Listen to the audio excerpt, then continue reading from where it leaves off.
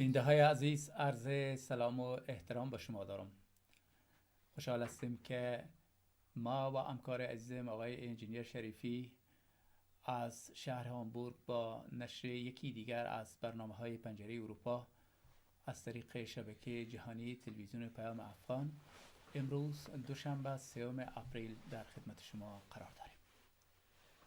دوستای عزیز، امشب ما در برنامه چهره آشنا جناب آقای دکتر اصغرخیل منگل، کارشناس مسائل اقتصادی و سیاسی را در پنجره اروپا، البته بعد از غیابت چند ماهی که آقای منگل سفرهای به کشورهای مختلف و از جمله افغانستان عزیز داشتن، مهمان برنامه ماست تا روی مسائل عمده، خصوصا مسائل سیاسی، اقتصادی و مسئله‌ای که در این شب و روز بسیار داغ است، مسئله خط دیورند، صحبت‌های با آقای منگل داشته باشیم.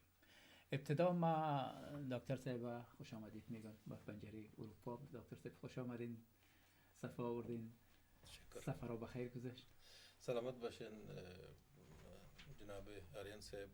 ما سلام ها و احترامات خدا برای شما و همکار بسیار محترم شما انجینر صاحب شریفی و همچنان جناب خطاب صاحب که چنین یک امکانات را برابر ساخته که لااقل هفته یک بار شما صدای افغان های در هامبورگ و در مجموع از طریق برنامه پنجره اروپا میرسانین و برنامه های مختلف دارین. برای شما ایره تبریک میگم و یک خاطره براتان بگویم که واقعا در افغانستان برنامه شما را بسیار مردم میبینن و برای ما گفتن که وقتی ما میگفتم که از هامبورگ آمدیم و از هامبورگ هستیم و اینا آشنا بودن با برنامه شما و این یک موافقت است که سلام های حضورم برای شما و برای جناب خطاب صاحبم برای ما گفتن که وسیله شما این سلام ها و احترام های حضورم برای شما میرسم. بسیار زیاد خوش آمدین. خب بیننده عزیز، دکتر صاحب منگل شخصی هستند که نظریاتشان به خاطر زیاد قابل قدر است که اینا قضاوتشان بی‌طرفانه است، یعنی عضویت شورای ملی را هم ندارن، عضویت در دولت هم نیست، ولی یک کارشناس آزاد مسائل اقتصادی و سیاسی است و خصوصا کسی که از آلمان اونجا تشریف داشتن در داخل افغانستان، نه تنها البته سفرهای مختلفی داشتن. میخوام کمی بیشتر از خودتان بشنوم که کدام کشورها بودین و چه مدت افغانستان بودین؟ آرین صاحب محترم، ما خب در این مدتی که به گفته شما غیابت داشتیم به کشورهای ترکمنستان، ایران، امارات متحده عربی، قطر و افغانستان به کابل مسافرت داشتیم. در ترکمنستان به ارتباط امی یک جلسه کنفرانس ششم اقتصادی آلمان و ترکمنستان بود که شرکت ما در عضویت داره. هر ساله ما شرکت میکنیم در شرکت کشورهای آسیای میانه، اونجا انتقالات هم داریم.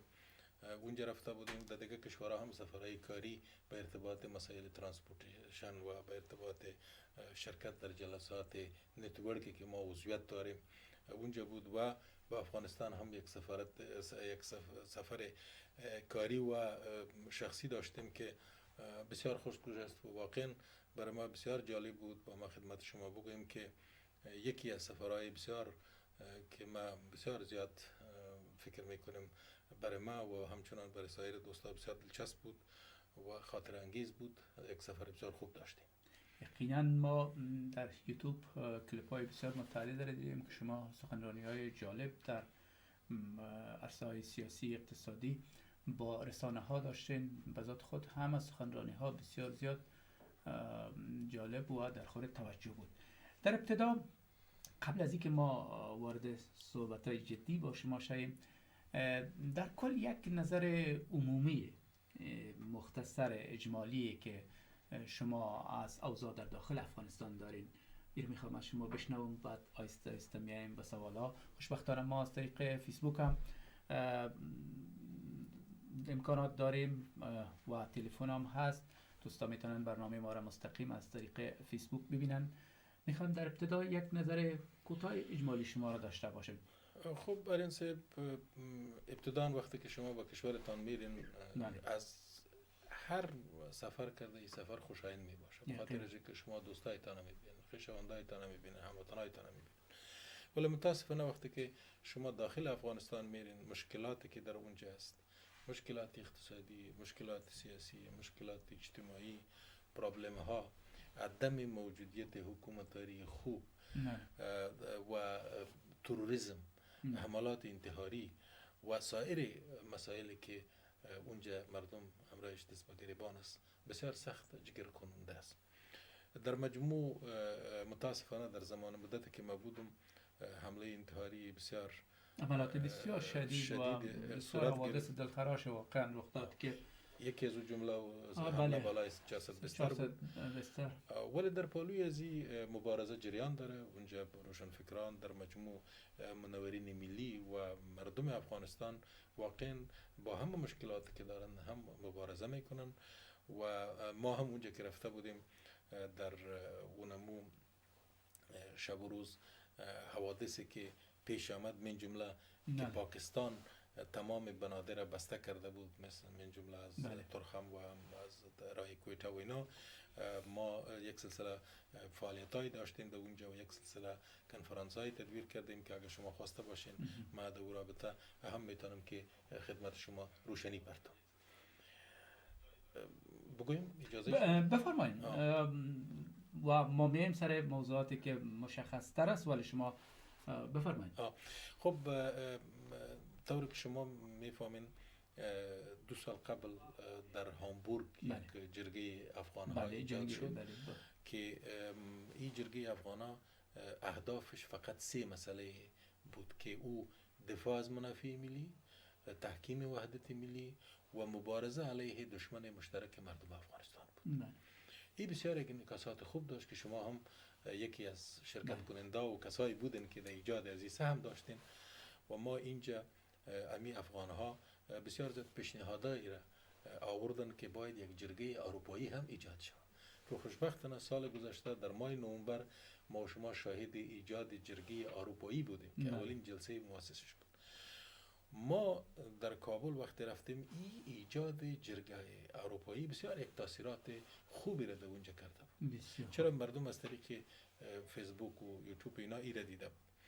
خب شما میفهمین که جرگه اروپا، جرگه هامبورگ، جرگه اتریش که اون در اونجا آقای میر غوث‌الدین مسئولش است، یا فرض میکنیم دوستای دیگه که در دیگه کشور هستن، مثلا آقای ملک بابا یا وطنیار صاحب که در نروژ هستن و آقای تاج که در لندن هستن، همه این دوستا اینمی نهادهایی را که مثلا در لندن مدا هستن، در اتریش جرگه افغان‌ها هستن، در هامبورگ جرگه افغان‌ها هستن، جناب نعیمی صاحب رئیسشان است و معاون صاحبایشان هستن، اینا همه یک روحیه کاملا جدیدی را در داخل افغانستان ایجاد کرده بود و اونمو اهداف جرگه اروپایی که همان اهداف هست که ما پیشتر عرض کردم که تحکیم وحدت ملی، دفاع از منافع ملی افغانستان و مبارزه علیه دشمن مشترک افغانستان که در حال حاضر از نظر این جرگه ها و جرگه اروپایی اونمو کشور پاکستان هستند، نظامی های پاکستان هستند و آیسای پاکستان هستند. این محور دفاع از منافع ملی را که از بین افغان‌های خارج از کشور و افغان‌های داخل از کشور، این ما در این سفر با این نمو کارهایی که انجام دادیم، من جمله تدویر کنفرانس مطبوعاتی مشترکاً با اتحادیه حقوقدانان دموکرات افغانستان، با اعضای پارلمان که اونجا جناب رنجبر صاحب و جناب مجیدی صاحب هم حضور داشتن، یک بار دیگه تازه شد و این محور به فعالیت شروع کرد. به خاطر ازی که شما میبینین که پاکستان تنها دمی از اوایل سال 2017 یعنی از جنوری 2017 الی تاریخ 8 ماه مارچ 1260 فیر راکت، هاوان و بم و غیره را با 11 ولسوالی در ولایات ننگرهار و کنر دکتر صاحب، سر مداخلات پاکستان و سوالات دیگه که داریم آیسته میایم. برای قبل از اینکه ما سوالات از داخل اوضاع در افغانستان شما مطرح کنم، یک کلیپ را از اظهارات شما در یک کنفرانس مطبوعاتی در کابل که از جرگه افغان‌ها در اوج شما سخنرانی کردین به نمایندگی از جرگه افغان‌ها، دو سه دقیقه با هم یک جا می‌بینیم. شریف صاحب دارن این کلیپ. کردیم کنفرانس کنونی از طرف جرگه افغانها در اروپا و انجمن حقوقدانان دموکرات افغانستان دایر گردیده است. با اجازه شما من مختصرا در رابطه به اهداف جرگه افغانها در اروپا عرایض را خدمت شما به عرض می‌رسانم. درنو دوستان او ګرانو حاضرین،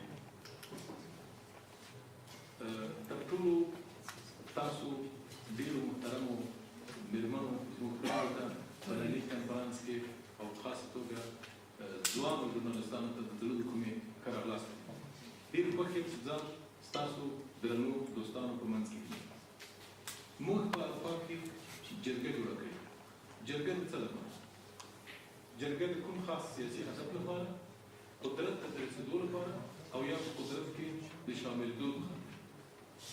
په اروپا کې د افغانانو جرګه په بشپړ د یو مستقلې ټولنې په توګه د هېڅ داسې سیاسي هدف لپاره نه ده جوړه شوې چې د قدرت ته د لاسته راوړلو او یا قدرت کې د ګډون نیت ولري. دا جرګه د وخت ضرورت پر بنا په اروپا کې د اوسېدونکو افغانانو لخوا یوازې او یوازې د افغانانو د ملي ګټو د دفاع په هېواد کې د ورونو قومونو د ملي یووالي د ټینګښت او زموږ د ګران هېواد دښمنانو د ټولو افغاني ضد اعمالو مداخلو لاس وهلو او تروریستي بریدونو د افشا او د هغوی پر ضد د ګډې مبارزې په خاطر رامنځته شوي. موږ ملي ګټې څه ته وایو؟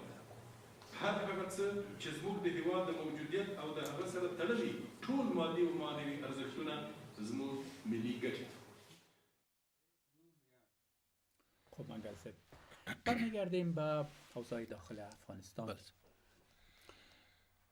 در رسانه های برون مرزی معمولا همونطور که در داخل افغانستان زیاد انتقاد میشه از حکومت وحدت ملی و از موره هایی که در داخل دولت هستند.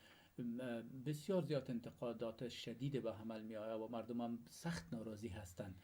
میخوایم نظر شما را در کل در مورد حکومت وحدت ملی داشته باشم که چگونه شما این حکومت دیدین، اختلافاتی که در اوجه هست از چه قرار است، وضع را چگونه شما یافتین در سفر آخرتان؟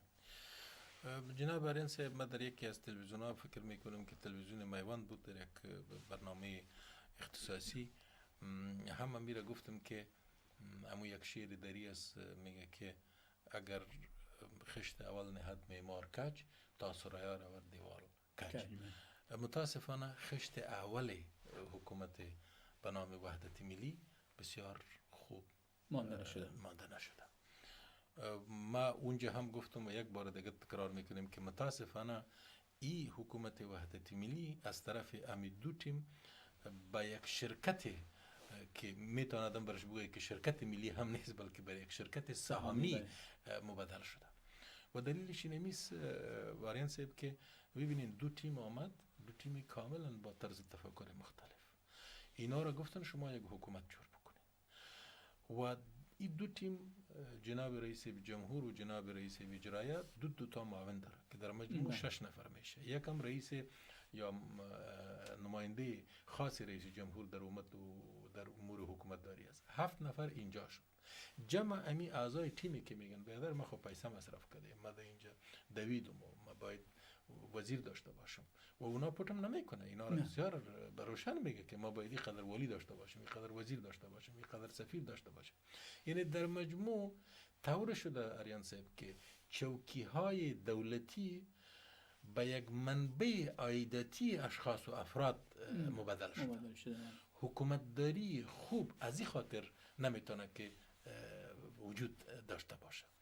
بنان متاسفانه طوری که ایجاب میکنه و طوری که ضروری است، طوری که یک حکومت باید کار بکنه، به او شکل این حکومت نتانسته وظایف خود انجام بده. نه تنها نتانسته بلکه روز به روز داخل حکومت وحدت ملی مشکلات از طرف اشخاص و افراد، از طرف زورگویان، از طرف جنگسالاران، از طرف آنهایی که زمین غصب کرده، از طرف آنهایی که در جنگ منافع خود میبینه، از طرف آنهایی که میخواه وحدت ملی افغانستان دیگه هم ضربه بزنه، این دیگه هم با پرابلم ها و مشکلات روز به روز مواجه شده و تلاش اشخاص انفرادی نمیتونه از این حالت ایره بیرون بکشه. در کل من میتونم اینمی قدر اگر یک مقدار هم در مورد وضعیت بسیار بد و ناهنجار اقتصادی کشور که شما کارشناس مسائل اقتصادی هستین چگونه میبینین؟ چقدر فقر بیداد میکنه؟ چقدر وضعیت اقتصادی بسیار بده در افغانستان جریان داره؟ از شما میخوایم بیشتر بشنوم. ببینید ارن صاحب، متاسفانه در حال حاضر نظر به احصایه بانک جهانی در حدود بیش از 8 میلیون نفر زیر سطح فقر زندگی میکنه. این هم اینطور محاسبه کرده که کسی که $1 عاید داره در حالی که $1 امروز 67 افغانی است، به 67 افغانی شکم کسی سیر نمیشه. این سنجش هم اشتباه است، یعنی ای 8 میلیون نیست بلکه از 8 میلیون بیشتر است. این یک مسئله دیگه اینه میطور است که اصلا اونجا به خصوص جوانا کار نداره. یعنی متاسفانه جامعه جهانی با آنکه ادعا میکنه که ما بسیار زیاد در اونجا پول مصرف کردیم، در زیربنای اقتصادی کشور هیچ نوع تغییر رونما نشده. یعنی در طی 15 سال متاسفانه هیچ کار نشده.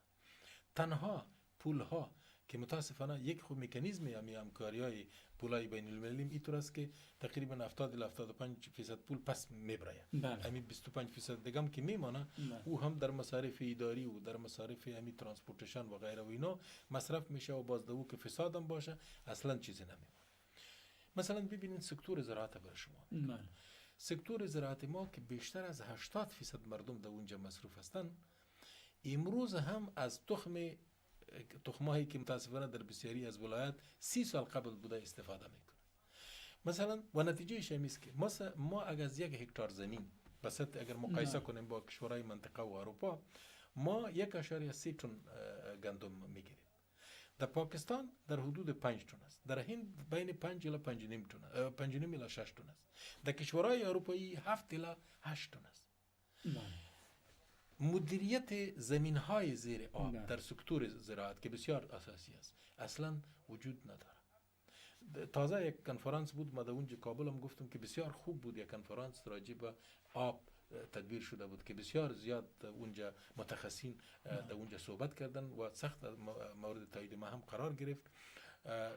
یا مثلا در سکتور شما ببینین که معدن، چون امنیت وجود نداره، با آن که سکتور معدن یک ذره زمان طولانی به کار داره برای رشد چیز، مگم تنها نظر به گفته رئیس جمهور 33% که چی شده، یعنی سنجش شده، ما بیشتر از $1 تریلیون چیز داریم، منابع زیرزمینی داریم. اگر سکتور زراعت در پالویش سکتور معدن فعال شوه، افغانستان میتونه مثلا در سکتور زراعت بین 3 الی 5 سال به پای خود استاد شوه و خودکفا شوه. نه تنها خودکفا بلکه صادر بکنه محصولات زراعتی را. به خاطر از اینکه ما از نظر ترانسپورتیشن برای ما بگوییم که موقعیت جغرافیایی افغانستان برای ترانزیت بین آسیای جنوبی و آسیای مرکزی بسیار خوب است و این تولیدات میتونه نه تنها از خود ما را بلکه از او کشورها هم از طریق افغانستان انتقال شد. مثلا از افغانستان به این کشورها به طور وسطی بین 6 الی 12 ساعت به کار است که شما محصولاتتان برسانید و این میتونه که میلیون ها دلار برای سکتور دولت، برای بودجه دولت از طریق ترانزیت که از بین افغانستان میگذره عاید داشته باشه. یا مثلا سکتور برق ببینه، ما در حال حاضر در افغانستان به 1300 مگاوات برق ضرورت داریم. از این جمله 75% از خارج میاد، از تاجیکستان، از ایران، از ترکمنستان و از ازبکستان. متاسفانه وزیر انرژی و برق وقت به عوض از اینکه در داخل افغانستان از منابع آبی، از منابع آفتاب، از منابع باد استفاده شود، ای فقط با خرید انرژی برق از بیرون به اصطلاح اکتفا کرد.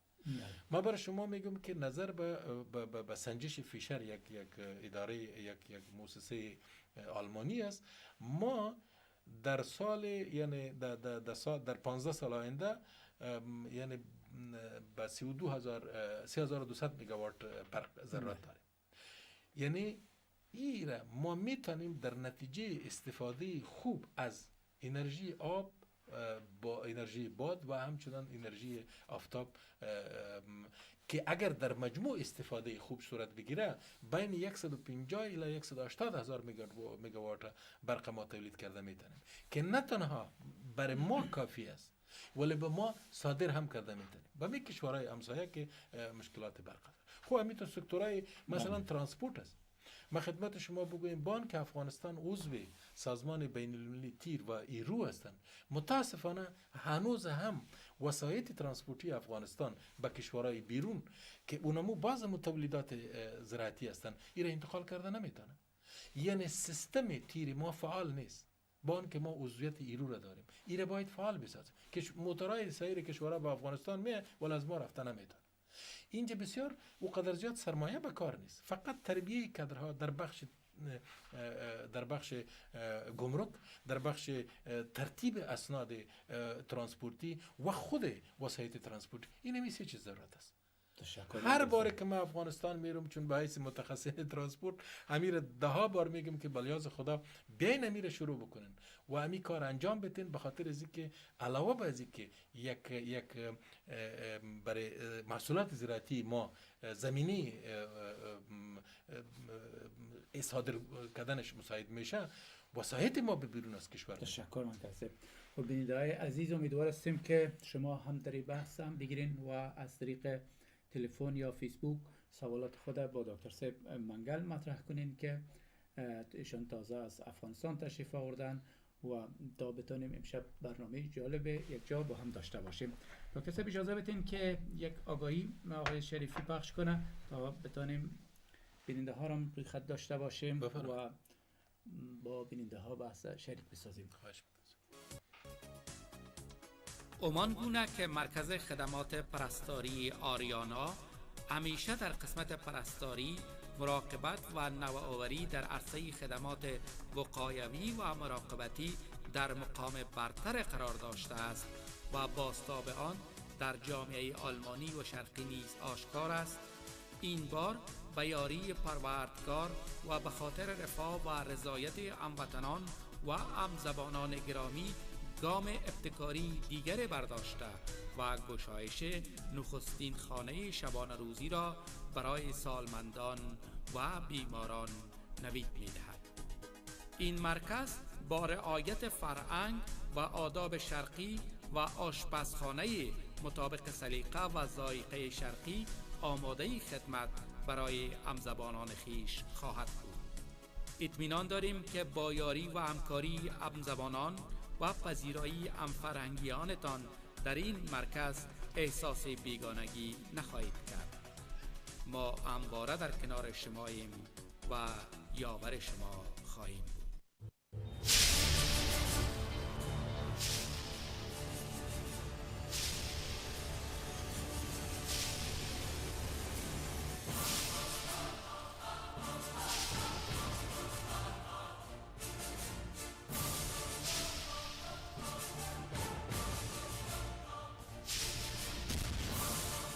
شرکت مواد غذایی بابوری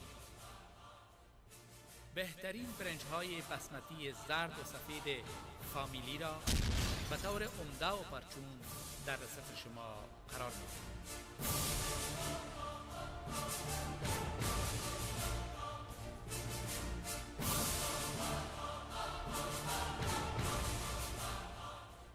همچنان از این فروشگاه انواع مواد غذایی افغانی، ایرانی و هندی را با کیفیت اعلی به دست دارید. آدرس بیلشتراسی شماره 98 شهر هامبورگ.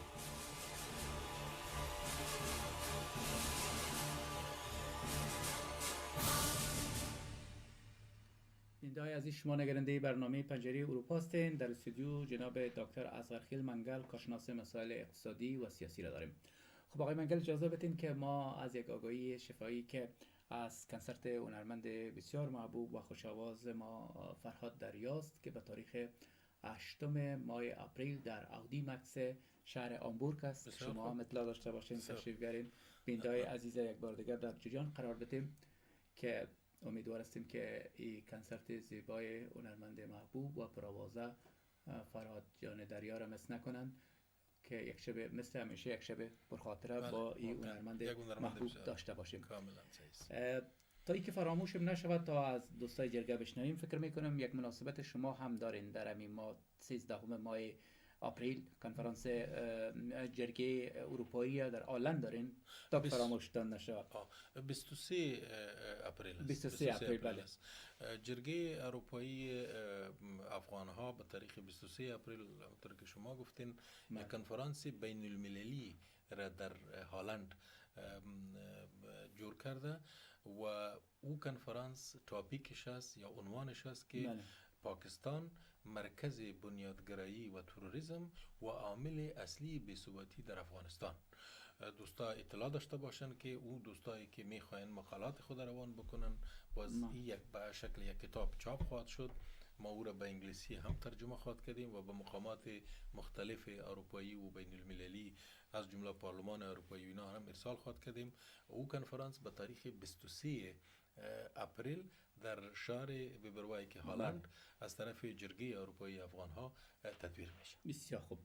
از دوستان فیسبوک دوست شما جناب آقای محمدی، علی جان محمدی در دبی تشریف دارن یا در امارات هستند کجا، اونا ضمن ذکر سلام بر شما گفتن، بر شما و بر ما، و بعد از این پرسیدن که در میخوان از شما بشنون در مورد افراطیت و فضای بسیار خفقان آور ذهنی و معنوی که در داخل افغانستان حکم فرماست، خصوصا از طرف حلقات استخباراتی دامن زده میشه، از شما میخوان بشنون. خب دوست محمدی، ما سلام های مرم داشته باشه.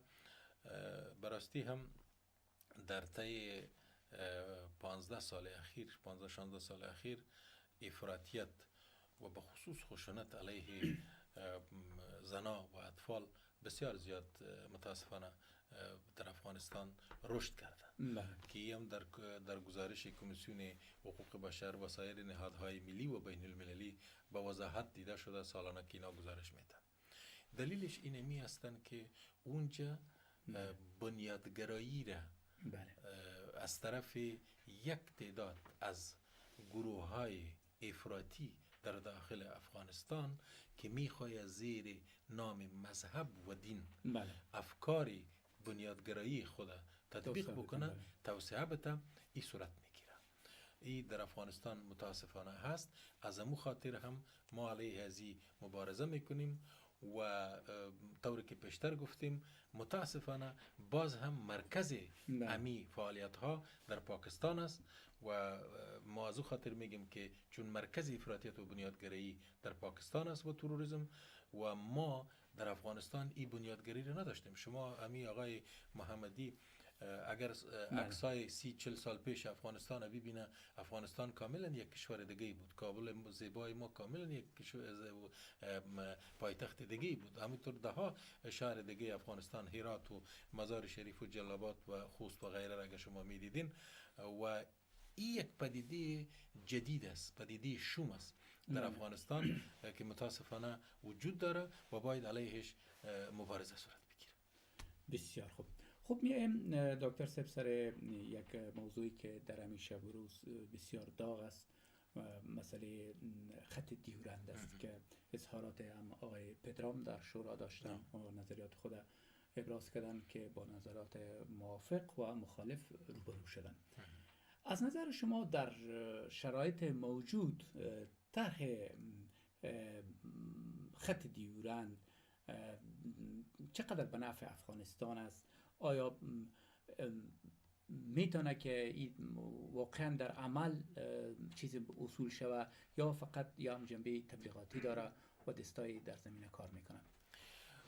کاملا به هیچ وجه در حال حاضر چنین یک مسئله نمیتونه طوری که آقای فدرام ایره پیشنهاد کرده و یا گفته و ما بسیار متاسف هستیم که یکی از تحصیل کرده‌های کشور ما چنین یک اظهارات میکنه. بسیار تاسف آور است، ولی این هیچ نه تنها به درد یعنی اونمو مشکل ما را درد ما را دوا نمیکنه، بلکه زیادتر در جامعه پرابلم ایجاد میکنه. جامعه را دیگه هم میبره به طرف مشکلات. اقوام مختلف میخواهد که با یکی دیگر روبرو بسازه. ما تعجب میکنم که آقای فدرام چطور چنین یک مسئله را مطرح میکنه. ما یک کمی خدمت شما برای بینندای شما بگویم که ببینید خط دیورند در 1893 به زور از طرف استعمار وقت آمد و به اصطلاح کش شد. یک قسمت از افغانستان از امیر عبدالرحمن خان که به زور او را مجبور ساخت که این امضا بکنه. و تازه خدمت شما بگوییم این تاریخ شناسا حرفای مرا میشنوه که در متن دری امضای از او هم نیست و بالای نقشه‌ای که باید این خط کش میشد امضای امیر عبدالرحمن خان نیست. بناهن وقتی که حتی در او وقت بالای نقشه این امضا نباشه، شما امیال امی آقای فدرام کدام قسمتش برش اعلام میکنه؟ یک مسئله. مسئله دوم خدمت شما بگویم که ما حتی در کابل گفتیم که شما یعنی دیورند خود چی میکنین که تا دریای کابل هم برای پاکستان این کشورتان اعلام بکنین و باز هم ماندن والای شما نیست و همیشه در کشور شما مداخله خواهد کرد، به خاطر از اینکه پالیسی پاکستان در مورد افغانستان به دو محور استوار است. یا باید در افغانستان حکومت دست نشانده پاکستان باشه و یا باید در کشور دائما جنگ باشه و ایرانی باشه که اون پاکستان از مدت 40 سال به این طرف جنگ نیابتی را در داخل کشور ما به پیش میبره. بنابراین ببینید آقای فدرام میگه که از نام کنگره ملی، بسیار بسیار دلچسب است آقای آریان، میگه که کنگره ملی که ما هستیم این را اعلان میکنیم که دیگه مسئله خط دیورند دیگه قابل بحث نیست. خب اگه قابل بحث نیست ختم است، پس شما چرا سرش بحث میکنید؟ پاکستانی که پاکستان است، در پارلمان پاکستان هیچ کس با هیچ شمسفیدی امیر مطرح نکرده مثل که امروز آقای جناب پدرام ایره معرفی میکنه. میگن ما کنگره ملی هستم ولی منافع ملی را قبول ندارم. میگن ما افغان نیستم ولی به نام افغان مطابق ماده 62 قانون اساسی خود به ریاست جمهوری کاندید میکنم. میگن ما از ملت نیستیم ولی باز کنگره خود ملی میگه ما از یعنی سر ملت افغانستان در مجموع هیچ وجود نداره، اقوام وجود داره، در حالی که ماده 4 اجازه که بیننده ها رو در این بحث شامل کنیم. یک فرصت نیک است، فکر میکنم اونا هم سوالات داشته باشن. بفرمایید شما روی خط هستین بیننده عزیز. سلام، بفرمایید خدا معرفی کنین چه سوالی داشتین از دکتر صاحب؟ از دکتر صاحب من یک سوال دارم که از دموکراسی گپ میزند، کل افغانا مشتاق دموکراسی ولی اروپایا این دموکراسی را قبول نداره که کسی در کشورشان بیاید و یا قبول کنه. روسا نمیخواه، امریکایا نمیخواه. افغانا از کجا جای دموکرات شدن که تجاوزگرا به خاکشان بیاید، به وطنشان بیاید و یا صدا از دموکراسی کنه. تشکر. تشکر. صحبت ما بود بیننده عزیز فعلا سر مسئله خط دیورند. به این خاطر آقای منگل صحبت قسم ادامه میتیم که از نظر شما گزینه بهتر در زمینه چی هست؟ پس راه حل این موضوع چگونه دیده میشه؟ از نظر شما چی باید کرد؟ ببینید در حال حاضر کشور شما در یک جنگ است. سر کشور شما تجاوز شده و هر روز حملات توریستی از طرف پاکستان میاد. پاکستان یک دیپلماسی بسیار فعال داره. شما یک حکومت بسیار ناتوان داره. اقتصاد شما ناتوان است. در حال حاضر ما یعنی در رابطه به مسئله خط دیورند در مراجع بین المللی که اصلا پارتنر ما در این قضیه پاکستان نیست، خب ما باید با انگلیس‌ها و جامعه جهانی مطرح بکنیم. این زمان کار داره و در این قسمت باید ملت تصمیم بگیره و ملت میتونه از طریق لوی جرگه که ممثل اداره ملی هستن یا نهاد دیگه‌ای که در این رابطه بشینه و این با جامعه بین المللی مطرح بکنه. در حال حاضر این مسئله مطرح چنین مسئله فقط و فقط از طرف اشخاص مثل آقای پدرام صرف برای شهرت شخصی است و ما بسیار متاسف هستیم که بعضی از افغانهای ما در مقابل بسیار یک هزینه ناچیز منافع ملی خود خدشه‌دار می‌سازه و علیه منافع ملیشان اقدام میکنه. ای کاش از پیششان خو 100-200 میلیون میگرفتن ولی این کارا با 50,000 و 100,000 دلار میکنن. ببینید پاکستان مختور پیشتر خدمت شما گفتم 1260 بار در 2 ماه کشور شما را با راکت زده. 1.5 ماه میشه که سرحدهای شما را بسته کرده. 5,000 کانتینر در بندر کراچی است و روزانه 100 الی 150 دیگه هم میه و به صدها هزار دلار دمورج و استوریج اینا میشه. این رسیب هیچ گپی نیست. این آقای پدرام اصلا بحث نمیکنه. از پنشیر و کنر و از بدخشان اینا که ای لاجورد و زمرود و لال اینا ایما میره سرازو هیچ بحث نمیکنه. ولی این بحثش هست که میگه خط دورند برادر بیا که پاکستان به رسمیت بشناس. شما ببینین این شخصی که از یک طرف میگه، حتی در بحثایش ما شنیدیم بسیار، میگه حکومت به اصطلاح چیز است، غیر قانونی است، حکومت مشروع نیست، ولی خودش اونمو ما بودجه معاشه که از طرف حکومت به گفته خودش نامشروع برش داده شده او را میگیره. میگه ما افغان نیستم ولی با اساس ماده 62 قانون اساسی افغانستان که باید یک کسی که برای ریاست جمهوری خود کاندید میکنه از والدین افغان باشه، مسلمان باشه و افغان باشه، خود کاندید میکنه، ولی اینجا میگه ما افغان نیستیم. بنان این طور اشخاصی که مثلا ملت در قانون اساسی با اساس قانون اساسی این رفته در پارلمان عضو شده، ولی ماده 4 قانون اساسی را که اونجا به صراحت گفته که ملت افغانستان متشکل از اقوام پشتون، تاجیک، هزاره، ازبک، ترکمن، پشایی و پامیری و غیره هستند، این را فراموش میکنه. این نیست که آقای پدرام این را نمیفهمه. آقای پدرام بسیار خوب میفهمه و این خوب بلد داره، ولی متاسفانه همین جمله را ختم داشته باشه. بفرمایید.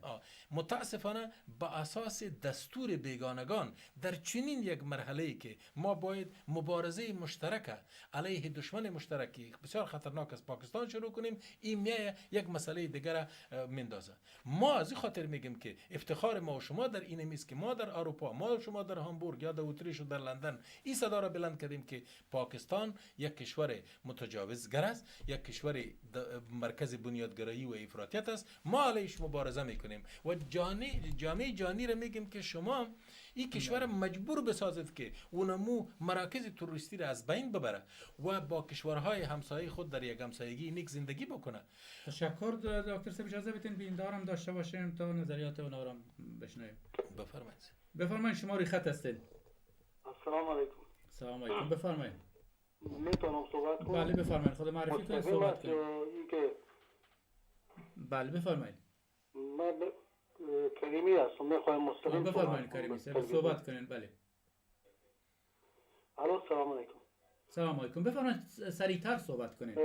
خدمت شما آقای آریان و میمان گرامیتون سلام عرض میکنم.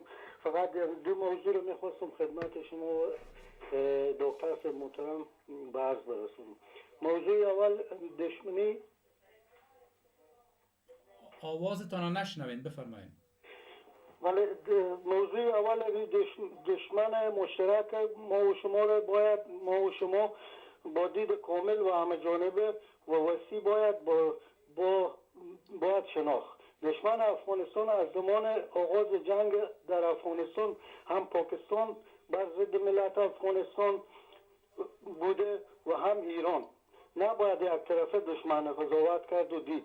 گرچه دکتر صاحب خودشون یک دید وسیع دارن، ما برایشون احترام میگذارم، واقعا به رشته خودشون تخصص دارن، افتخار میکنیم یک هموطن ما اینقدر تانسته خود رو برسونه. امیدواریم که بعد از این ما و شما به هم دیگر دست به دست هم بدیم و کشور خود افغانا جور کنیم. چرا که تا حالا ما قسم تنبل و بی تفاوت نشسته بودیم به فکر ازی که باید خارجی ها کشور ما رو دوست کنن. هیچ وقت خارجی کشور برای ملت افغانستان درست نمیکنه مگر اینکه خود افغانا دست خود بالا بزنن و شروع کنن کشور خود رو بسازن.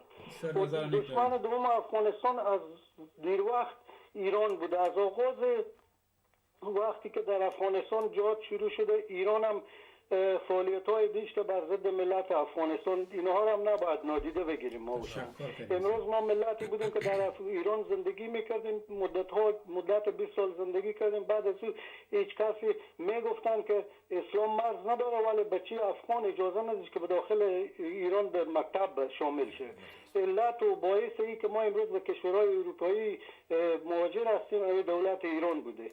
امروز شما باید این موضوع هم یادآوری کنیم و همیشه در نظر داشته باشیم. تشکر میکنیم از شما. تشکر.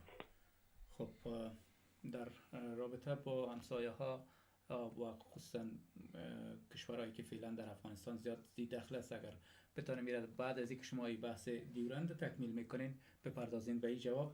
فعلا چون سر مسئله دیورند هستیم امیر ادامه میدیم. بفرمایید شما روی خط هستین. سلام علیکم آریان صاحب. سلام صاحب، بفرمایید خود معرفی کنید. بخیر. سلام عرض میکنم خدمت دکتر صاحب منگل. سلام به شما. خدمت شما عرض کنم که من فرید هستم از آنباد مزاحم شما میشم. بله بفرمایید. دکتر صاحب، زدبندهای سیاسی که امروز با افغانستان وجود داره خود شما در جریانید. دیروز بود طالبا و همین کسایی که به حساب علیه به حساب مفتی افغانستان، انتحاریا و جنگا و قتلا و اینا که خود شما در جریان کلا هستید، امروز چی رقم شده که همین گروه طالب به حمایت از روسیه و ایران و اینا باز به حساب چیز شدن؟ بهترین سلاح، بیشترین سلاح ایران در اختیار طالبا قرار میده، روسیه اونا رو حمایت میکنه، باز بر علیه همین مردم ضعیف. این جریان از این چی به نظر شما چیه؟ چی رقم اتفاق سیاسی دو مرتبه ما تشکیل پیدا کنه؟ آیا همون ضربه که آمریکا، ضربه که روسیه توسط همین نیرو از طرف آمریکا به روسیه وارد شد، حال برعکس ما به حساب روسیه باز اینا رو به حساب مورد استعمال قرار داد برای آمریکا؟ تشکر. دکتر صاحب شما سوالات در ذهن بگیرین. چند سوالی که مطرح شد باز یک جواب کلی بپردازید. بفرمایید شما روی خط هستین. بله سلام علیکم بزرگوار. سلام صاحب، سلام به شما. چی دارید؟ صحت شما خوب؟ عافیت دارید ان شاء الله؟ تشکر. لطفا سلام احترامات خدمت شما جناب آریان صاحب و خدمت دکتر بزرگوار تقدیم میکنم. سلام به شما. من یک چند سوال دارم از جناب دکتر صاحب. بفرمایید. یک سوال کنین که بیننده زیاد روی خط هستن. یک سوال میکنم. آیا با فکر شما همین دولت بی‌کفایت وحدت ملی بله درایت و صلاحیت تأثیر داره که با همین نقطه ضعف خود که مسائل داخلی خود تا فعلا کدام دستاورد چشمگیر نداره، با همین ضعف خود بتونه در مراجع قانونی و بین المللی خط دیورند حل فصل بسازه؟ بسیار خوب. تشکر. سوال شما را یادداشت کردن دکتر صاحب. چند سوال میگیریم باز شما به جوابش بپردازید. بفرمایید شما روی خط هستین. جناب آریان صاحب خدمت شما سلام و احترامات و خدمت میهمان گرامیتان. صدایتان بسیار میکروفونی و بسیار آشنا است. اولین دفعه است که ما با جناب شما معرف میشم جناب آریان. بفرمایید صاحب. ما در این قسمت خط دیورند که شما لطف کردین و موضوع را مطرح کردین، ما یک چیز خدمت شما بگویم که و اینجا از آقای پدرام یاد شد. بله. لطیف پدرام. بله. لطیف پدرام یک چهره معلوم الحال جاسوس ایران است آقای آریان، و این وقتی که از افغانستان فرار کرد رفت پنشیر، از پنشیر فرستاده شد در ایران و این مسائل ملی را نفاق بندازه و اینمی البته مورد خواهش و چی ایران است که اونمو سیاست از او را اینجا پیاده میکنه و اینما قدر من مختصر خدمت شما و میمانتان عرض کردم. تشکر. در ضمن دوستان عزیز ما از طریق فیسبوک هم تماس گرفتن ولی چون خط متاسفانه بسیار خرد است، محترم نیک محمد سلطانی تماس گرفتن، دکتر صاحب شفیع صدیقی، دکتر صاحب آمد آریان. ما اگر فرصت پیدا کردم سوالاتشان میخوانم با یک موقع مناسب، ولی فعلا خط بسیار خرد است و اشکال هست که سوالات از اینا را بخوانم. بر صورت شما با یکی دو سوالی که بیننده ها سه سوال در یک نظر کلی بتین بعد میپردازیم به سر مسائل. به جواب سوالی که مو دوست ما کردن که نه تنها پاکستان دشمن افغانستان است بلکه کشورهای دیگر هم یاد کردن، ما خدمت شما بگویم دوست عزیز که ما نمیگیم که افغانستان تنها یک دشمن داره و دشمنش کشور پاکستان است و ایره هم نمیگیم که ما وقتی کشور پاکستان یاد میکنیم منظور ما مردم پاکستان نیستن، منظور ما آیسای پاکستان، نظامیان پاکستان، حکومت پاکستان هستند. ولی ما میگیم که افغانستان در منطقه، در همسایگی و دور از منطقه دشمنای داره. مگه ما میگیم جرگه افغانها در هامبورگ، جرگه افغانها در اروپا و جرگه افغانها در اتریش و نهاد افغانها در لندن، ما میگیم که یکی از خطرناکترین، نزدیکترین و بسیار دشمن مکار، دروغگو پاکستان است. در مورد سوال دوم، این دوست ما گفت که رابطه طالبا با روسیه، شما در سوال خودتان جواب دادین که بله، متاسفانه افغانستان در زمان جنگ سرد میدان گرم مبارزه بین دو ابرقدرتیان امریکا و اتحاد جماهیر شوروی بود و امریکا تانست که روسیه را در اونجا به اصطلاح شکست بده.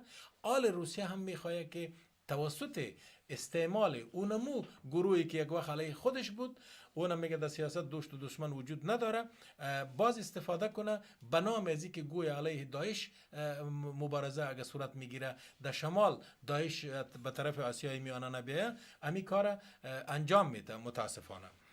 و دیگه مسئله که یک دوست ما گفتن که حکومت صلاحیت داره که در مراجع بین المللی مسئله خط دورند حل بکنه. نه تنها که این دولت چنین صلاحیت نداره، چنین امکانات نداره، بلکه وظیفه‌اش هم نیست. به خاطر از اینکه خط دورند یک مسئله ملی است، این تمام مردم باید در نتیجه یک رفراندوم یا در نتیجه اونمو لوی جرگه که ما قبلا عرض کردم، این تنها حکومت نمیتونه، پارلمان نمیتونه. بناهن یک کار ولی حکومت کرده که اولین بار است که حکومت افغانستان، و ما ایره در کابل هم در امو کنفرانس توضیح کردیم، کار خوب کرده که شکایت رسمی را به ملل متحد ارائه کرده. ای کاش شکایت 15 سال پیش میشد، ای کاش شکایت مثل سالهای قبل میشد در حکومت‌های قبلی که صورت گرفته بود. این اقدام خوب است، ولی به معنای از این نیست که او حکومت بتانه هم مسائل خط دورند حل و فصل بکنه. بفرمایید. چند سوال دیگه هم از بیننده ها بگیریم. بفرمایید، شما روی خط هستین؟ بله، سلام علیکم. آریان صاحب بزرگوار. سلام بر شما. بفرمایید. سلام گرم خدا خدمت شما و خدمت دکتر صاحب بزرگوار تقدیم میکنم. من سوال دارم از دکتر صاحب بزرگوار. همین لحظه عرض کردم که صلاحیت دولت نیست این مسئله دیگر، صلاحیت لوی جرگه و یک رفراندوم است. شما فراموش کردید بزرگوار پشتونای آن سمت ماست بیرق سه رنگ زیبای ما را با آتش کشیدن. آیا به رفراندوم یعنی دو طرف که چی شود او مردم به رای مثبت میتونن ماندن به افغانستان؟ سختش اشتباه میکنیم. ما یگانه راه یعنی نیست، یگانه راه نیست که همین دولت بی‌کفایت از خود بیدار شود و لابی قوی شود در جوامع بین‌المللی که همی اعتراض برسانم. اگر ما شما جرگه داری کنیم و این تصمیم ملی را بگیریم تمام مردم که باید دیورند به ما سپرده شود، آیا ما قدرت توان داریم؟ شما پیشتر عرض کردید که جنگ است، معضلات داخلی است، مشکلات است، چی است اقتصاد. ما پیشتر بسیار خوب فرمودید که مثلا رای توخان را بسته کردن، چقدر زیان بر ما رساندن، چقدر کانتینرهای اومده است. آیا ما توان داریم؟ نداریم. واقعا چرا کتمان میکنیم؟ همیشه ما افغانا یک چی داریم، همیشه میگه که همه چیز هستیم، میتونیم همه چیز، اما واقعا باید بگیم تو ضعیف هستیم، هم دولت ضعیف است و هم مردم توانش نداره. واقعا چرا نمیگید شما؟ ما دوست محترم، ما پیشتر عرض کردم که در حال حاضر افغانستان در چنین یک پوزیشن نیست که این مسئله را مطرح بکنم و فکر میکنم که شما متوجه نشده باشید. ما این را عرض کردیم خدمت شما و بناهن و این را هم نگفتیم که آیا ای که اگر جرگه دایر شود یا رفراندوم حتما باید او مسئله را طور فیصله بکنه، چیزی که یک گروهی میخواد.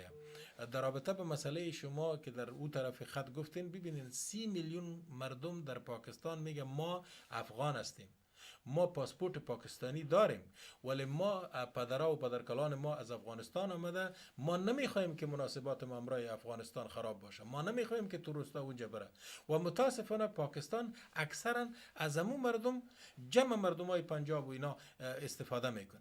این از اساسی مسئله که یعنی پاکستان میخواد ایره از این مردم به حیث مواد سوخت استفاده بکنه، نه ای که خود اون مردم میخواد که علیه افغانستان اقدام بکنه. تشکر دکتر سید. بفرمایید، بیننده از شماره خط هستین. سلام علیکم آقای آریان سید. سلام به شما، بفرمایید سید. از شهر ایسان صحبت میکنم، صحبت شما تحقیق میکنم. بله بسیار خوب موضوع تمرکز کردین. بفرمایید. و احترام با دکتر سید از آخر منگلم تقدیم میکنم. ما از همه هموطنای عزیز خود خواهش میکنم کسی که سوال میکنه راجع به یک موضوع و کسانی که جواب میتن اینا باید معلومات مکمل راجع به موضوع داشته باشن. به طور مثال ما این موضوع برای ما کی پیش کرده، از کی، و ما واضح است که پاکستان است یا ایران خصوصا زیادتر سر پاکستان تمرکز میشه. اینو باید بفهمیم که پاکستان چه مملکت است، کی رو جور کرده، با کدام وقت و با کدام منظور و چرا مشکلات برای ما تولید کرده و تولید میکنه همیشه هر روز از 40 سال یا از 70 سال به این طرف، از روز تولد پاکستان تا به امروز. و این واضح است که انگلیس ها به می منظور پاکستان به وجود آورده که باید افغانستان و این منطقه آرام نباشه و هر وقتی که منافع انگلیس ایجاب کنه باید اینا اینجا مداخله کنن و هر قدر ما در خط دیورنده بشناسیم نشناسیم این معضله محل نمیشه تا که اهداف این تا که یکی از اهداف اینا گرفتن انتقام از افغان است، یعنی ضرورتی به وجود آمدن پاکستان نبود. پاکستان به وجود آمد از وجود افغانستان و هندوستان به وجود آمده و در تاریخ به نام پاکستان ما چیزی رو نمیشناسیم. تشکر محترم. خب و خواهش میکنم کوتاه سوال میکنم که ما باید همون که دوستان را افغانایی که سوال میکنن باید سوال کنن دمی تاریخ باید معلومات بگیرن و مطالعه کنن تاریخ آقای پدرام و امثال پدرام که پدرام کیست، اصلیتش از کجاست، چطور به افغانستان آمده و از کجا سرچشمه میگیرم این بیانات ازی و دیگه مهمتر از این اگر این دو حکومت بیکفایت کرزی و اشرف غنی نباشه میتونه که پدرام و از این همیتو مسائل مطرح کنه. بسیار احترام. تشکر. خب من گلسه نظریات بیشتر می داشته باشیم، نظریات موافق و مخالف هست. دوستای در فیسبوک هم نگاشتن که ایره آقای پدرام امضا نکرده بلکه پادشاهان افغانستان امضا کرده و شما همه نظر صحبت ها را بگیرین و باز یک جنبندی کنین که بیننده ها را بیشتر نظریاتشون داشته باشیم. بفرمایید، شما روی خط هستین؟ سلام عرض میکنم خدمت شما و خدمت دکتر سیب. آقای الان سوال دارم. بله.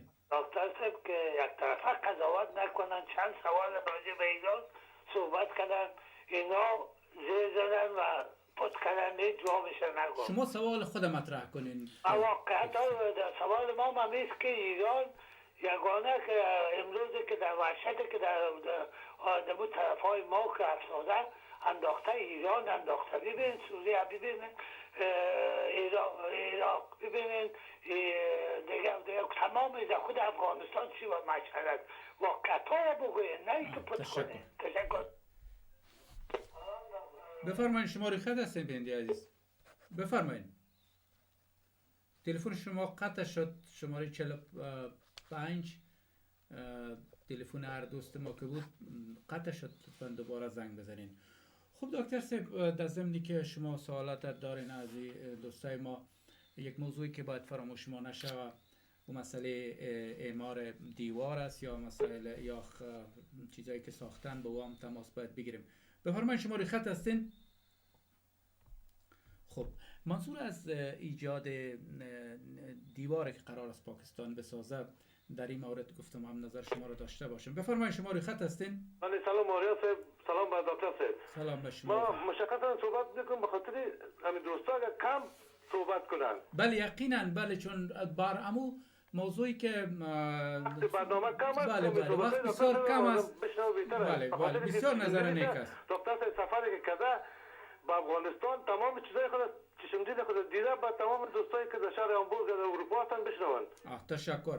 و یکی از راه چهارم امی است که نظریات بیشتر میگیریم، باز شما در آخر جواب را کنید.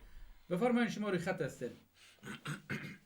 سلام به شما آقای آریان. سلام به شما.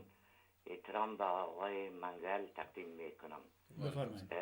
قبلا دوست ما که تلفن کردن با سوال که از آقای آریان داشت، ما آمد نظری سما شهر کنیم. نظری سا بسیار خوش آمدید. بفرمایید. همین موضوع دیورند و بحث درباره دیورند همیشه و زیادتر یک جانبه به مسئله پرداخته میشه و خیلی احساساتی مسئله را تعریف میکنن. و خصوصا دمی چند روز بحث را که آقای پترام در پارلمان انجام دادن، بحث را که انجام دادن در پارلمان، انگار که مردم قهر هستن بالای آقای پترام، انگار که این قرارداد آقای عبدالرحمن خان امضا نکرده بلکه پترام امضا کرده باشه و به می اندازه. بجای ازی که سر پترام کار میشن، یک مرتبه و خود زحمت بتن به تمام اسناد که نه تنها مسئله دیورند بلکه تمام مایده ها و قراردادهایی که قبل از دیورند و بعد از دیورند امضا شده و این از نظر بگذرانند به یک بحث از مسئله دیورند که فقط یک شعار سیاسی است که گروه های مشخص در وقت های مشخص میخواین از این استفاده های خود بکنن. مایده افغانستان 11 مایده دارد و از زمان امیر عبدالرحمن شاه شجاع بگیریم تا به امروز تا آخرین که چند پیش آقای اتمر امضا کرد، در تمام دوره های تاریخی امضا شده. حتی در زمان دکتر نجیب الله اگر شما به اسناد نگاه بکنین، در زمان دکتر نجیب الله به می ترتیب در سال 1367 خورشیدی که در ژنو در نشست که بود توسط وزیر خارجیش این مسئله امضا شد. نگاه کنید به روزنامه چراغ سال 1385 ماه پنجم روز چهارمش و همچنان در شماره مسلسل 147 امی جریده که در امی رابطه چی میگوید. من میگم این دوستا که طرح میکنن احساسات کنار بگذارین، مسئله افغانستان، مسئله خط دیورند دقیقه به احساساتی نبینین. یک قرارداد یک مایده بوده مثل مایده های دیگه که در طول تاریخ امضا شده و در جزش از احساساتی برخورد نکنه. یک مسئله پایان یافته است و از اون زمان گذشته و زمان ظاهر شاه تا به امروز فقط یک شعار بوده، در حالی که شاه ولی خان به پای امضایش رفت.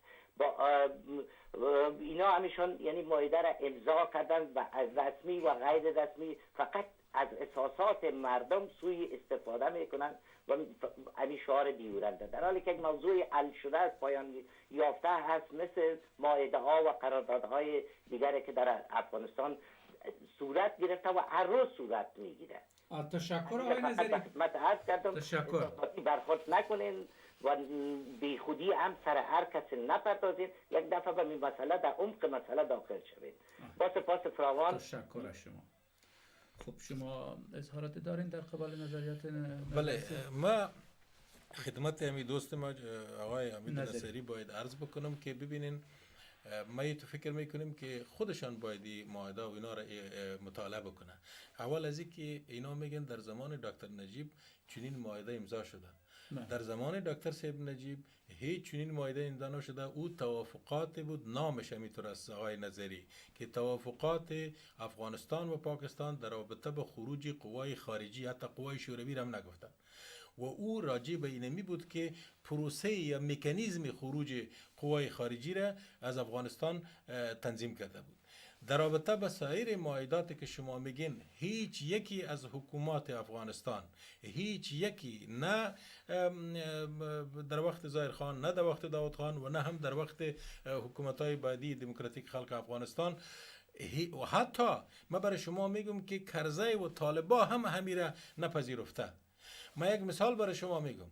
امی کرزی برای اونمو اسفندیار ولی پرویز مشرف برش گفته بود که برین به کرزی بگوین که امی خط اگه امرای ما بشناسه ما دیگه مشکل نداریم.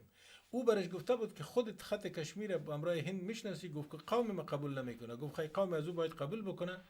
اصلا ما پیشتر عرض کردم آقای نظری که حتی عبدالرحمن خان اونمویی که به زور سرش مجبور شد که ایره باید امضا بکنه، در متن دری یا فارسی امضای از او نیست، تنها در متن انگلیسی است. و در اونمو 7 ماده‌ای که راجع به دیورند است، هیچگاه اونجا نام از مرز برده نشده. اونجا اصلا این ماده را شما خیلی بخوانین و ما برای شما میگم که بین راجع به این بحث بکنیم، تنها در این برنامه امیتر سمینارا جور بکنیم. اگر ما حق بجانب بودیم یا این روشن فکرای دیگه حق بجانب بودن، خوب ما حتی به آقای فدرام میگیم که امروز هم در کابل حاضر نشد که امرای آقای یون و دیگرا به اصطلاح در این مورد بحث بکنه و ما دعوتش میکنیم. خب بین ما میگیم سر نقشه اصلا امضا وجود نداره. عبدالرحمن خان پسان در کتاب شما بخوانیم که چی نوشته کرده. بنابراین اینجا مسئله احساسات نیست، مسئله ملی افغانستان است. مسئله عزیز که ما برای شما بگویم که حتی اگر شما ایره قبول هم بکنین، باز هم شما را نمیمانه. پاکستان اونموطوری که یک دوست ما پیشتر گفت 69 سال قبل صرف به خاطر ایجاد شده که باید وظایف مشخص را در منطقه، وظایف مشخصی که از طرف انگلستان برش داده میشه و متحدین دیگهش ایره به پیش ببره. و یکی از وظایف نمیست که در افغانستان باید بی‌ثباتی باشه و او باز از امی که پارتنر دیگر هستن استفاده میکنه.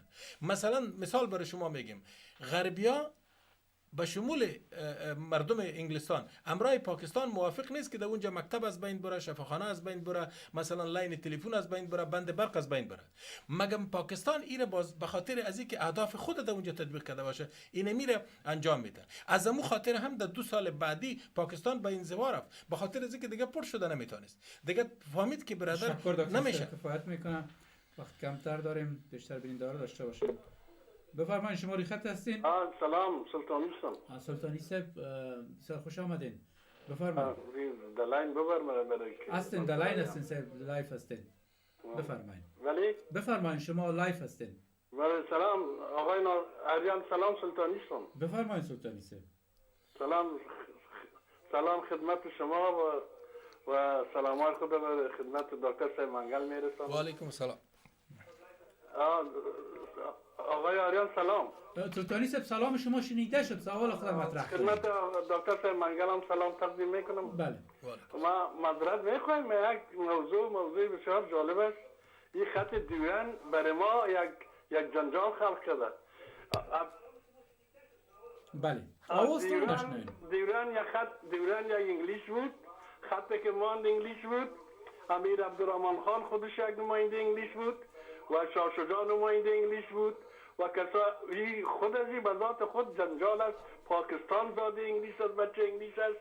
کسایی که در دولت‌های وقت بوده و نبوده اونا کلش نماینده انگلیس بوده. پس هیچ جنجال بره، یک رنگ مردم در کشت خون مردم کشته داده میره، مردم یک رنگ هر روز کشته شده میره و این خط دیران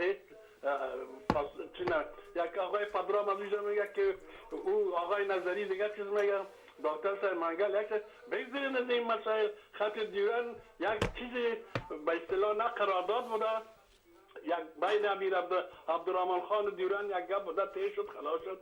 برای پاکستان برای خود، برای بقای خود همین جنجال خلق کرده، امیر با افغانستان دائم برخ میگه. امیدوار هستم که هر دو طرف کسایی که میبینن روی کدام مقدار، روی کدام مسائل دیگه فکر نکنم. خط دیوران یا خط بود و طی شد، ما در جنجال خط دیوران تشکر از شما. امیدوار هستم که معذرت مرا بپذیرید. تشکر.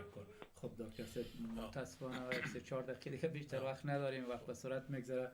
شما بفرمایید.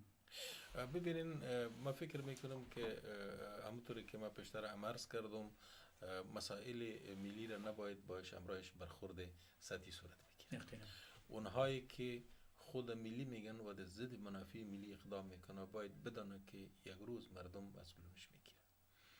ما یک بار دیگه سر تمام روشنفکرای افغانستان، چی در داخل از کشور است چی در خارج از کشور است، سر تمام افغانای برادرها افغان بخارای افغان ما صدا میکنیم که بیاین به خاطر منافع ملی یک جای کار کنیم، یک محوری را ایجاد بکنیم که اونمو منافع ملی برای ما خط قرمز باشه، مثل که در دیگه کشور است. یقینا. و حالا شما ببینید در پاکستان وقتی منافع ملیش مطرح باشه، از جنرال و مولوی و سمیع الحق و همش یکی میشن. بنابراین ما هم باید یکی باشیم و این را در نتیجه تحکیم وحدت ملی این کار بکنیم. چرا؟ به خاطر از اینکه تحکیم وحدت ملی از نظر جرگه افغانا، جرگه هامبورگ و اتریش و جرگه افغانا در اروپا، نه تنها ضامن پیروزی بلکه منطق بقای و پیشرفت افغانستان است. و باز این کار که کردیم، باز ما میتونیم که دشمن تعریف بکنیم، دشمن منافع ملی را تعریف بکنیم. منافع ملی ما چی است؟ ما میگیم که هر چیزی که با موجودیت یک وطن ما و ارتباط با ارزش‌های مادی و معنوی کشور ما داره، اونمی منافع ملی ماست. بنان بین به خاطر منافع ملی خود با تحکیم وحدت ملی و مبارزه مشترک علیه دشمن مشترک اقدام بکنیم. عرض ما در این میست که ما چرا این کار در اروپا شروع کردیم؟ چرا این جرگه ها و نهادها؟ به خاطر از اینکه میخوایم مردم دنیا را بگوییم که برادر، پاکستان 69 سال به خاطر اهداف مشخص ایجاد شده بود. حال دیگه او اهداف برای شما به سر رسانده. حال نه تنها یک کشور بی آینده است و پیش از اینکه با از بین رفتن خود دنیا را هم به اصطلاح برای نابود بسازه، باید چاره اساسی در مورد پاکستان روی دست گرفته شود. تشکر دکتر صاحب. ما اظهارات آقای محمود اچکزی هم داشتیم که تقریبا نظریات بسیار مشابه با شما داره که متاسفانه ما بیشتر وقت نداریم تا نظریاتشان هم نشر کنیم. بر شما و دوستای جرگه موفقیت آرزو میکنم. نیت بسیار بالا و عالی و انسانی هست. یک بار دیگه از شما جهان سپاس که حاضر شدین در برنامه با سوالات ما و بیننده‌های عزیز و دوستداران فیسبوک که تماس گرفتن، ازشان جهان سپاس میکنیم. از دوستای عزیز خب خانم آزادزوی، آقای نور احمد سخیزاده و زیا آزادزوی، گلباس عبیبزاده و همچنان خانم اوریا و آقای آریان، آمد آریان، دکتر سیب شفی صدیقی، آقای واسقی، آقای میر و تعداد بیشمار از دوستا. متاسفانه آقای شریفی ما بیشتر وقت نداریم و تلفن‌های دوستا اصلا لاجواب میمانه. از شما بسیار زیاد تشکر. موفقیت براتون آرزو میکنم. سلامت باشین. از شما هم تشکر. با من برای شما و به تلویزیون شما و به خصوص برنامه بسیار مقبول شما پنجره اروپا دیگه هم موفقیت میخواهیم که از طریق شما توانسته باشیم در تحکیم وحدت ملی و دفاع از منافع ملی گام‌های محکمی را مشترکاً با جرگه برداریم. تشکر. بیننده‌های عزیز از توجه شما جهان سپاس. تا برنامه آینده شما را به خداوند مهربان می‌سپارم.